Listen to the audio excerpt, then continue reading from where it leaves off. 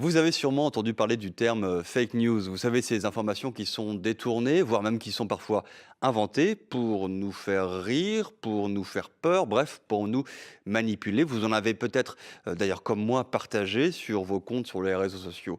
Et ce que je voudrais vous dire aujourd'hui, c'est que beaucoup de ces fausses informations, vous pouvez les débusquer vous-même. Il suffit en général de se poser les bonnes questions pour y arriver. Tiens, par exemple, regardez cette image publiée sur Twitter. Voilà ce qu'on nous dit. On est au lendemain des attentats qui ont lieu à Paris et à Saint-Denis en novembre 2015. Et quelqu'un publie donc cette photo pour nous dire que tout le monde a peur, tout le monde est resté chez soi. Photo partagée des milliers de fois à travers le monde. Alors ça pourrait être vrai, mais en regardant bien cette image, il y a un petit détail qui devrait vous interpeller. Regardez sur les côtés de la route. Il y a des feuilles dans les arbres et ces feuilles sont vertes, ce qui est totalement impossible quand on est au mois de novembre à Paris. En fait, cette photo, elle a été prise plusieurs années auparavant, en plein milieu du mois d'août, c'était pendant les vacances. Bref, vous voyez, il suffit parfois de bien regarder une image, de bien regarder une vidéo, de faire attention aux détails d'un texte pour ne pas se faire avoir par ces fake news, ces fausses informations.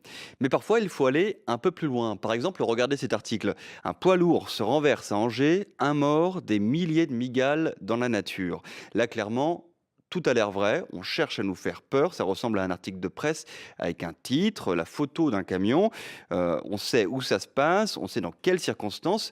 C'est bizarre parce que personne d'autre, aucun média n'en a parlé de cette histoire. D'où le deuxième conseil, toujours regarder sur quel site on est, quel est l'auteur de cette information, est-ce qu'on peut lui faire confiance. En l'occurrence, pour le savoir, je suis allé regarder tout en bas du site internet, dans la rubrique à propos. Et voilà ce qu'on y lit. Actualité.co est un site de divertissement. Des blagues sont créées par les utilisateurs. Ces blagues sont humoristiques, fictives et ne devraient pas être prises au sérieux. Vous voyez, parfois il suffit juste de se poser quelques questions pour ne pas se faire avoir. Alors, pour résumer, avant de partager, il faut toujours aller plus loin qu'un titre ou une photo.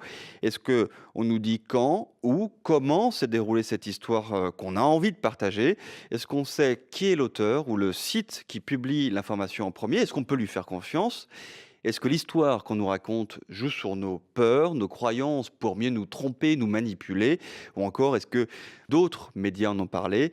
C'est ce que les journalistes appellent recouper les sources. Et si la réponse est non à l'une de ces questions, dans ce cas-là, il vaut mieux éviter de partager.